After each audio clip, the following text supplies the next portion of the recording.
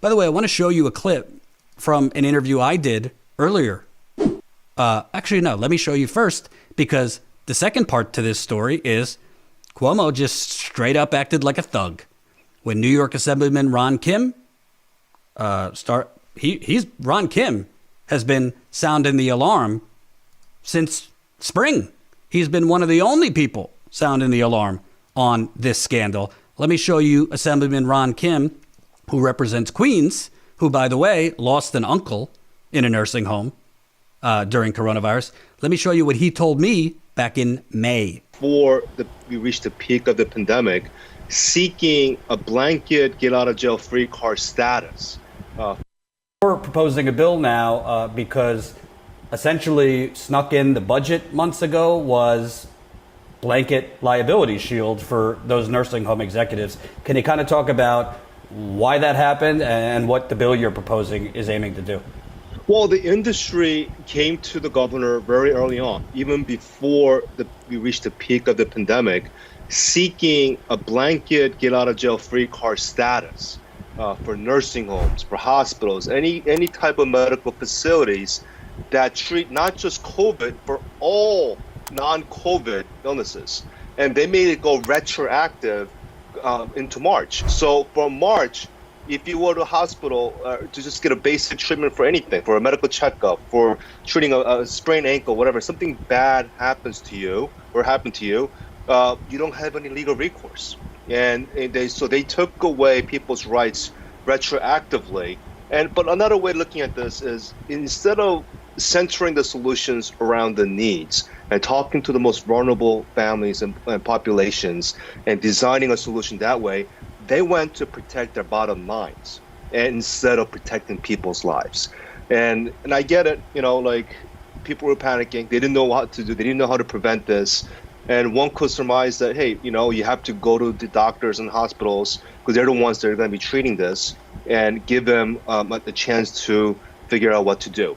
But a blanket, corporate immunity for not just the workers, but for the businesses, for the investors, for the board members, it was so broad by nature that, as soon as we found out, I introduced the bill to repeal it, because I understood the way that I read this and after doing the research, it actually disincentivizes places like nursing homes from investing more to prevent the deaths of our loved ones. Kim was a lone wolf in the wilderness. He was one of the only, other than the Republicans. He's a Democrat. He was one of the only figures in New York actually publicly challenging Governor Cuomo, who, like Trump, like Chris Christie when he was governor, like a lot of these governors who act like mafia bosses, he didn't like it. You're not supposed to publicly bite the hand that feeds you, which is Cuomo. But Kim, with me and others who would interview him, was saying, this is corrupt. He literally is giving corporate liability to nursing home executives and then sending these old people there, and the nursing homes aren't putting all the proper protective measures in there, and then they're getting a complete get-out-of-jail-free card from the governor, who gets a ton of donations from those executives. Corrupt is an understatement. Corrupt is an absolute understatement. So Ron Kim, who was fighting the governor on this, let me show you one more clip. Mentioned he hired McKinsey, which came up during Pete Buttigieg's campaign, known for just writing reports, figuring out how to help companies do more with less, lay off workers. What are some things Cuomo's doing that people might not know that essentially seems like further corporatization of New York State? Yeah, I think you hit up on all those critical points in his response to the pandemic. He's prioritizing, once again, the interest of mega corporations, giants, companies and CEOs, and it is this quintessential neoliberal philosophy of looking at solutions. It has to be market driven. We need to protect the markets, and the market efficiency will guide us out of everything. I think that's just the philosophy and the world and education that he came out of. And there's a lot of other leaders in positions of power who also fall in the same category. But we all know that everything is about, finding a new economy that retains value for the poorest people in our communities. That is real economic development. It's not about just growth at all costs. It's not about expanding the economy when we know that the discrepancy of the richest and the poor are constantly getting wider and wider every single day. While Cuomo was giving blanket liability to the hospital executive, the nursing home executives who were gladly taking these sick old people back before they died, he was also hiring McKinsey, Pete Buttigieg's alma mater, to reimagine New York post-pandemic. Oh, he was also writing a book on leadership, how New York beat the coronavirus, while also going on his brother's show to get, SNL skits about nasal swabs going up his nose.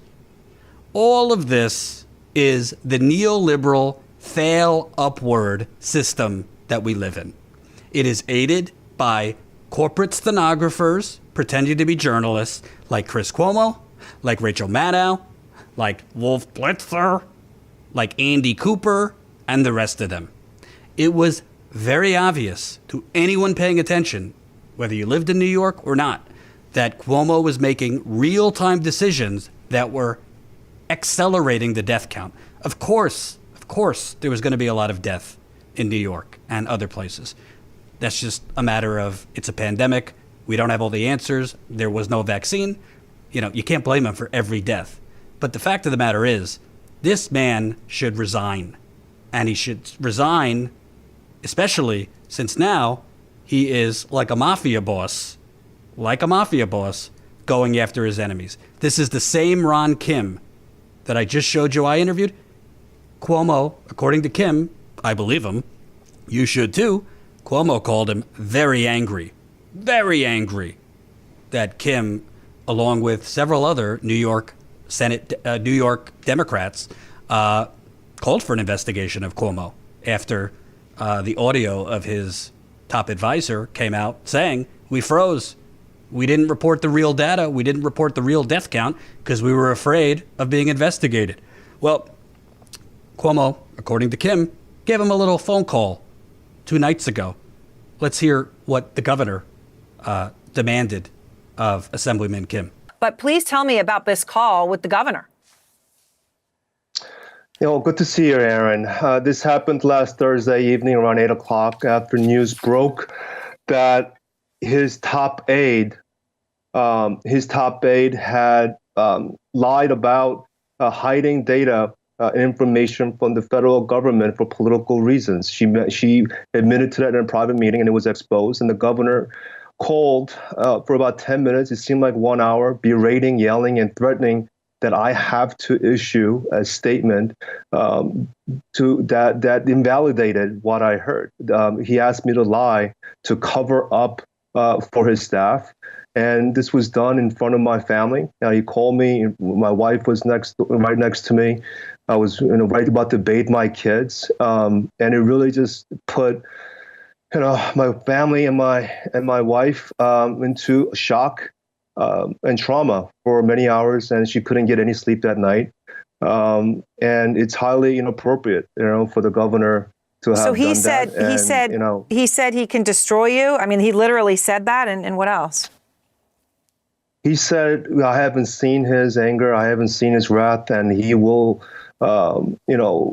just tell me he will go out, and he's been biting his tongue, but he will go out tomorrow and destroy my political career, my everything. Like, he would say how bad of a person I am to everyone in public. But it was just the yelling. And at one point he said, and he asked me if I was a lawyer. And I said no. And he said, you obviously then don't understand what you heard. And this is what you heard. And this is what you're going to say. This is what you're going to write tonight and issue a statement, not tomorrow, tonight. That's how we will move forward. Those are his words. Okay. And Yeah. No, I mean, it's stunning. It's stunning. I mean, so let me just give everyone a chance to understand. As you know, they're pushing back on this. Cuomo's senior advisor just put out a statement tonight, Assemblyman Kim, and it says in part, Mr. Kim is lying about his conversation with Governor Cuomo Thursday night. I know because I was one of the 3 other people in the room when the phone call occurred, obviously on the governor's side. At no time did anyone threaten to, quote, destroy anyone with their, quote, wrath, nor engage in a cover-up. That's beyond the pale and is unfortunately part of a years-long pattern of lies by Mr. Kim against this administration. And then they put out a rushed transcript of comments you made during the Zoom call with Cuomo's aide. They say they don't align with what you're saying now. What's your response to them? They're calling you a liar. Well, I think Governor Cuomo is very good at implicating his aides, and he's been trying to implicate me. They did implicate us in that private meeting when his secretary, Melissa DeRosa, admitted to obstruction of justice, of hiding information in fear that it would be weaponized against the administration, in fear that we will go back and legislate and repeal legal immunity, the stuff that you and I have been talking about for months now, in fear that we would undo all the policies. That's why they cover up the data. And she admitted it. She said, you want the truth? This is the truth. And she said that she hid that information. That was what the governor did. And because I called out and because I refused to lie for them, now they get to threaten my career, my wife, and made my wife, in tears all night. My wife, that night was very, very troubling because we couldn't sleep. And she's telling me, what did you do to us? Stop what you're doing, please. She feared for my future, for my life. That's the kind of shock that this governor gave to my family. So let me get something straight. Here. We're supposed to believe the governor, whose top advisor was just caught on tape saying we froze, we intentionally didn't release over 5,000 more people dead in the nursing homes because of us, because we were afraid of getting investigated. So we're supposed to believe that guy whose top aide just admitted we covered it up, and her voice is on tape saying we covered it up for fear of an investigation. We're supposed to believe that Kim, the progressive, guy who just wants Medicare for all for people, guy who just wants student loan debt to be canceled, guy who just wants a Green New Deal. We're supposed to believe that Kim is lying and the governor is, just salt of the earth telling the truth. Give me a break. Obviously, he is the political version of Tony Soprano. May Tony rest in peace, James Gandolfini. And obviously, it is not enough to have some critical coverage. This man needs to resign. Period. I don't care if he's a Democrat.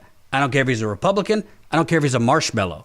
Him and his administration covered up disastrous decisions that ended up being deadly that they committed. You could say, all right, I don't like his policies, but it was a pandemic. Nobody knew everything. We made a mistake. Fine. But then you withhold the data, which, by the way, is a federal crime. It is a federal crime. You withhold the data. Now you're threatening like a thug people who don't, bow down to you, don't go like ducks in a row and defend you. Chris Cuomo, finally, CNN says, no, now we can't interview his brother. We're not allowing it. Well, the damage is done. Hope you enjoyed that last video. Hop on over to statuscoup.com where you can sign up for our email list and become a member for as low as $5 to $10 a month. Membership is how we grow. That's statuscoup.com/join. And remember, join our email list so we can grow the revolution with you.